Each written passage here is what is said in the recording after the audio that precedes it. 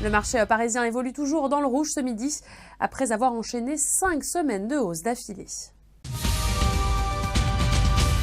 La plus forte baisse du CAC 40 ce midi est signée EDF qui cède 2,5%. Le titre reste déprimé par les projets du gouvernement avec Areva. Unibail Rodamco perd plus de 2%, victime d'une dégradation de la part de JP Morgan ce matin.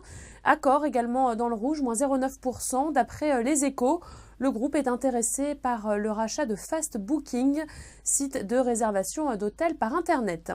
Du côté des hausses, on retrouve Air France KLM qui gagne plus de 1%. La compagnie aérienne a fait état d'une hausse de près de 2% de son trafic passager au mois de février. Le titre Lafarge est sous pression ce midi alors que certains actionnaires d'Holcim contesteraient les modalités de fusion entre les deux géants du ciment. Thomas Schmideni, le premier actionnaire du groupe suisse avec 20% de son capital, et l'investisseur institutionnel suisse Ethos, qui représente quelques 200 fonds de pension, demande ainsi de meilleures conditions pour les actionnaires d'Holcim, selon des sources de presse.